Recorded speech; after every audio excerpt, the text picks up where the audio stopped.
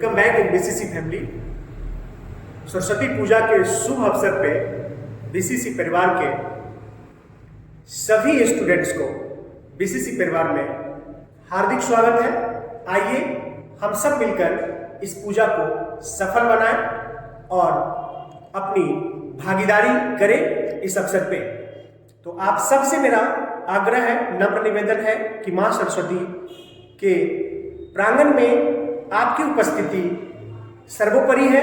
इसलिए आइए मां के चरणों में हम सब अर्पित होकर अपने सुनहरे भविष्य और सुनिश्चित सफलता के लिए बीसीसी से जुड़े।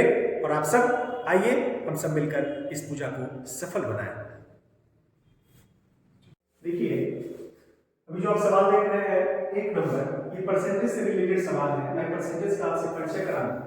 परसेंटेज में दो ही तरह के सवाल होंगे। एक सवाल आपको मिलेंगे जिसमें आपको प्रतिशत निकालना है, और दूसरा सवाल आपको मिलेगा जिसमें संख्या निकालना है। मेरे दोस्त, प्रतिशत निकालने का मैं एक ही मंत्र देता हूं, सिर्फ एक मंत्र को आप लेकर चलिए, क्योंकि प्रतिशत में कुछ भी निकालना होगा तो उसको 100 से गुना करना पड़ता है। जब तक आप 100 से गुना नहीं करेंगे प्रतिशत में वो बैठ नहीं। दूसरी चीज है संख्या निकालना। तो चलिए इन सारी बातों को क्वेश्चन के जरिए ही करते हैं। मां शारदे की पूजा प्रारंभ हो रही है।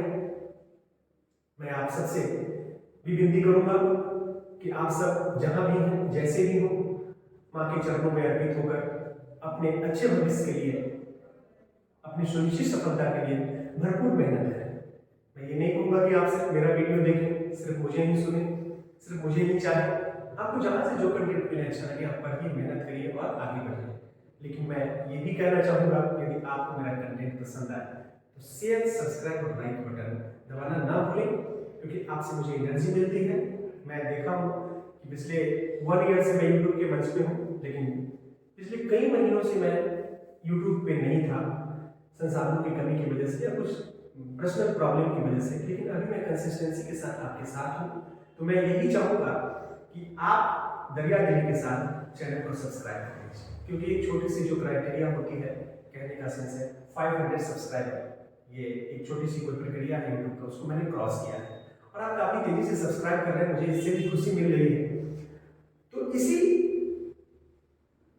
तरह से आप मेरे चैनल को लाइक करें, शेयर कर दें और सब्सक्राइब कर दें और कंटेंट का मजा लें। आइए डियर स्टूडेंट्स, एक नंबर सवाल आप देख रहे होंगे, यदि किसी वस्तु के उपभोग में 25% की वृद्धि होती है ताकि समग्र बजट में परिवर्तन न हो, तो वस्तु का मूल्य कितना है? मैं बार बार आपसे कहता हूं कि मैं सिर्फ क्वेश्चन नहीं बताऊंगा, मैं क्वेश्चन के साथ साथ आपको उससे रिलेटेड सारी बातें बताऊंगा। इसमें कहता है किसी वस्तु के उपभोग के प्रतिशत में 25% की वृद्धि। मेरे स्टूडेंट जरा ध्यान से देखिएगा, ये आपका है प्रारंभिक दाम और ये आपका है नया दाम।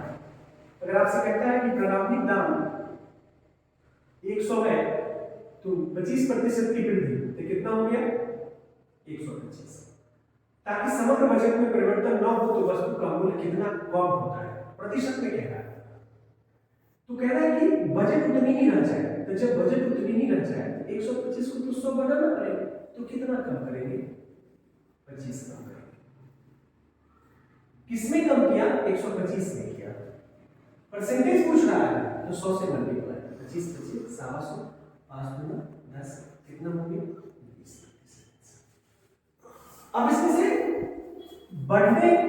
दाम बढ़ गया तो कमी पूछेगा, और यदि यही दाम कम ज्यादा तो आपसे वृद्धि पूछता है। तो मुझे लगता है कि इस तरह के क्वेश्चन आपसे नहीं छूटेंगे। आइए क्वेश्चन नंबर 2 देखिएगा जरा ध्यान से। और जीडी वाले जो भी बच्चे हैं, यूपी पुलिस वाले जो भी स्टूडेंट्स हैं, क्योंकि यूपी पुलिस में मैथ्स रीजनिंग का ज्यादा वेटेज है, जीडी में भी मैथ्स रीजनिंग का ज्यादा वेटेज है, तो इसको देख कर जाएंगे, समझ कर जाएंगे।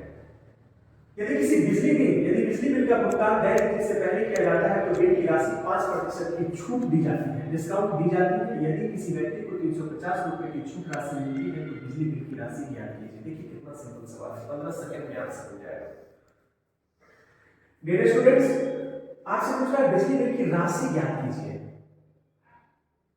ये छूट के बाद अगर 350 रुपया छोड़ दिया जाता है, क्वेश्चन को डील करना सीखिए। यहाँ पे कह रहा है कि बिजली बिल है, तो जरा ध्यान दीजिए। तो मैंने कहा कि बिजली बिल की जो राशि है वो 100 है। और जब आपका 5% की छूट दी जाती है, 5% की छूट दी जाती है, तो 100 रुपया में 5% को छोड़ दिया गया, राइट। तो 5 रुपया कहां छोड़ा जा रहा है? ये बिल है, कहां छोड़ा जा रहा है? 100 में 5 रुपया छोड़ा गया। तो बस आपसे पूछ रहा है कि बिल की राशि कितनी है। तो जब 5 रुपया छोड़ा तो बिल कितना है? 100। कितना छोड़ा? 5। कितना छोड़ा? 350। 5 सते 35। कितने हो गए डियर? 7000। कितना समय लगेगा देखिए। अब इसमें जो कुछ भी आपसे पूछता है ना वो इसी मेथड से बन जाएगा। 5 रुपया छोड़ा तो बिल की राशि कितनी? 100। 5 रुपया छोड़ा तो बिल की राशि कितनी? 100। कितना छोड़ा? 350। तो बोलेंगे 350 तो बिल की राशि कितनी? 7000। आइए डियर स्टूडेंट जरा ध्यान दीजिएगा। 3 नंबर काफी अच्छा क्वेश्चन है, ध्यान से जरा समझिएगा। 3 नंबर को थोड़ा जूम कर दीजिए। 3 नंबर में कहता है कि एक चुनाव में राशिका और निकिता एक दूसरे के खिलाफ थी। एक चुनाव में राशिका और निकिता एक दूसरे के खिलाफ थी। राशिका को 54% वोट मिले और उसने 1280 वोटों से चुनाव जीता। चुनाव में कुल कितने वोट डाले गए?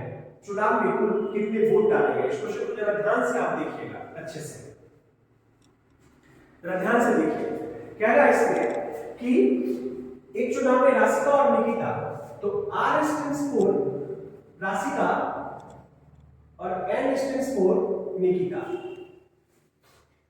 डियर स्टूडेंट्स, कह रहा है 1280 वोटों से चुनाव जीता, मतलब जीतने वालों को 1280 वोट अधिक मिला। तो कॉमन सेंस की बात है, राशिका को 54% वोट मिला, यानी राशिका को 54 वोट मिला 100 में से। ये टोटल मान लीजिए। तो निकिता को कितना मिला डियर? निकिता को मिला 46। टोटल वोट कितने हैं? 100। देख लीजिए कितना सिंपल, कितना सुंदर। मैं बार बार कहता हूं और हर बार कहता हूं, मुझे अगर आपको बताना होता तो 10 सेकंड्स में आपको बता दिया होता, लेकिन आपको इस क्वेश्चंस को डील करने की कला आनी चाहिए, ताकि इससे रिलेटेड, आप इससे रिलेटेड कुछ भी आपसे पूछे ना, आपसे बन जाएगा। आपसे पूछा चुनाव में कुल कितने वोट लगे। मैथमेटिक्स में अक्सर मैं एक बात का जिक्र करता हूं कि जो कुछ भी आपसे पूछे वो हमेशा ऊपर होता है और जिससे उसका रिलेशन वो नीचे होता है, और जैसे ही ओरिजिनल डाटा से गुणा कर दीजिएगा तो वो आपका ओरिजिनल हो जाता है। तो कैसे सर? तो सर देखिए 1280 वोट ये ओरिजिनल है। जो बात आपसे पूछ रहा है वो टोटल पूछ रहा है, तो सबसे पहले टोटल ले लीजिए। मैंने कहा ना 1280 से गुना होगा तभी ओरिजिनल आएगा टोटल। तो सर 1280 से ही क्यों? जरा ध्यान दीजिएगा। ये 54 है, ये 46 है। अगर इसमें से घटाएंगे तो ये कितना वोट से जीता? 8 वोट से जीत गया। कितना वोट से जीता? 8 वोट से जीत गया। कितना वोट से जीता? 1280। पूछ क्या रहा है? टोटल। जो पूछे ऊपर 100। ये सब तो इसी के इर्द गिर्द है ना। 100 टोटल कब?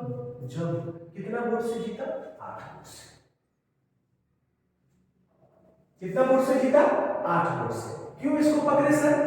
क्योंकि यहां 1280 वोट से 8 से जीता तब 100। कितना से जीता? डियर स्टूडेंट्स, आप इसको काट लीजिए। 8 की कम 8 और 8 छक 16,000 आपका आंसर। अब जरा ध्यान से देखिए, अब कुछ भी निकल सकता है इसमें। अगर आपसे पूछ दे कि राशिका को कितना वोट मिला, अब जरा ध्यान से देखिएगा, मैं एक ही सवाल नहीं बताना चाह रहा हूं, कुछ बता देना। राशिका को कितना वोट मिला? Same question. राशिका 54 कब? जब कितना वोट से हारा? 8 वोट से। नीचे में 8 गुने में 1280। निकिता का भी निकल जाएगा। मतलब एक क्वेश्चन नहीं था, कई क्वेश्चंस बता दिया। आइए ये स्टूडेंट जरा ध्यान दीजिए। 4 number question, question number 4। Question number 4 को जरा चेक करिएगा।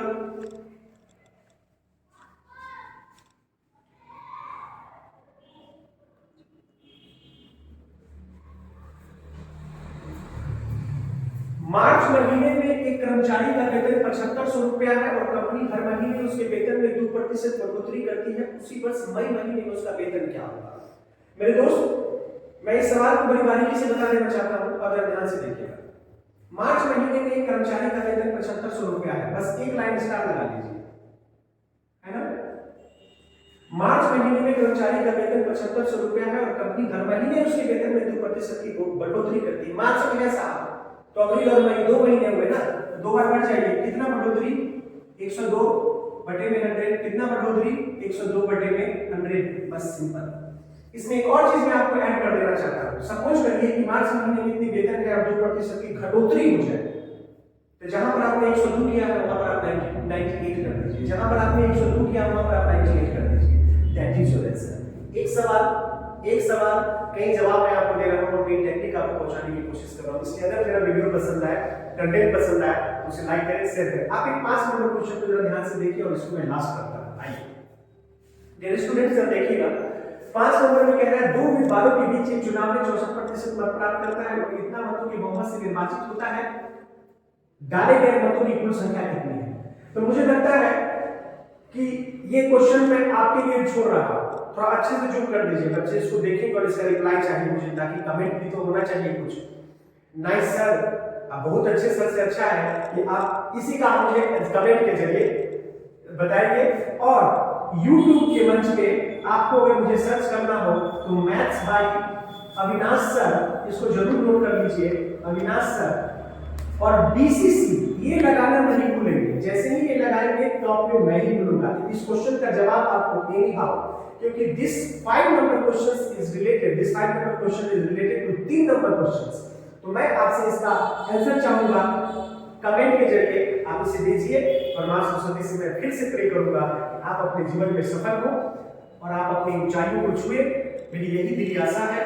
और जिस तरह से BCC तीव्र गति से आगे बढ़ रही है और आपका सपोर्ट मुझे मिल रहा है ऑफलाइन में भी और ऑनलाइन में भी, मैं आपके उज्जवल भविष्य के लिए मां शारदा से प्रे करूंगा कि हे मां शारदा, जितने भी लोग लगे हुए हैं, जो मुझे प्यार करते हैं उन्हें भी सफलता दीजिए, जो मुझसे नफरत करते हैं उन्हें भी सफलता दीजिए। ये नफरत और प्यार 2 वर्ड ही तो है, बाकी कुछ भी नहीं है। इसलिए मैं मां से प्रे करूंगा जो भी लोग हैं मुझे से आज जुड़े हुए हैं उनको भी सफलता मिले, और जो हमसे कभी जुड़कर यहाँ से निकल गए हैं उन्हें भी सफलता मिले। जिंदगी के किसी कोने में वो अगर हो तो वो अपनी ऊंचाई को छुए। मेरी दिली ख्वाहिश यही है। मैं इसी के साथ इसे समाप्त करता हूँ। जय मां शारदे।